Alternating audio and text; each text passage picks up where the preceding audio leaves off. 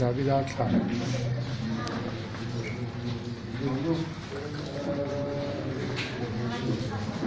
Đây Davida Khan ya. Budutan Davida Khan. Davida Khan thì rau twin trồng ra chuyện. Có bed kem set ul rất ta.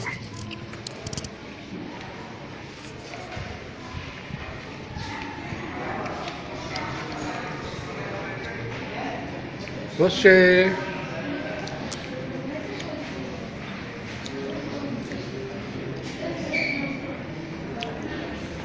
Davida Khan là cần trồng trai á, cần trồng trai rồi chơi à, chúng ta Khan chung theo nữa, lấy nuôi in anh ấy á, lấy nuôi in các anh ấy, lấy nuôi in anh luôn anh ấy.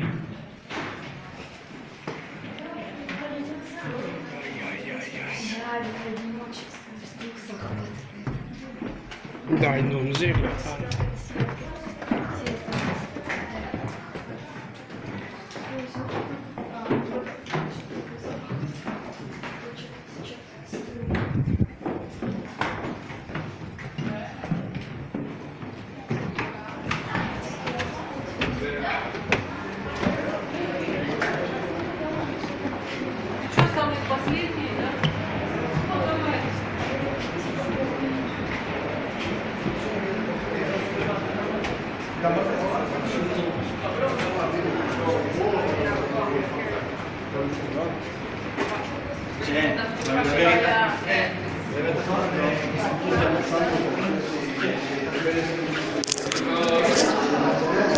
Davida Khan khala nireng a ya mi Khan thung chu Khan tak ki chon la ta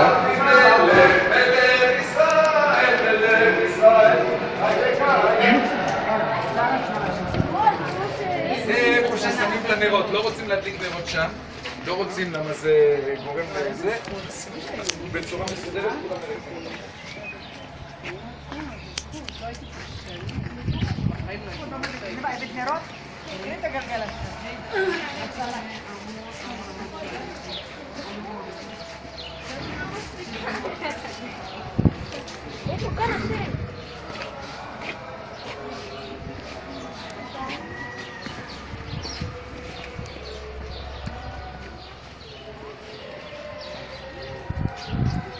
Davida Khan. Itu 4 lontong itu.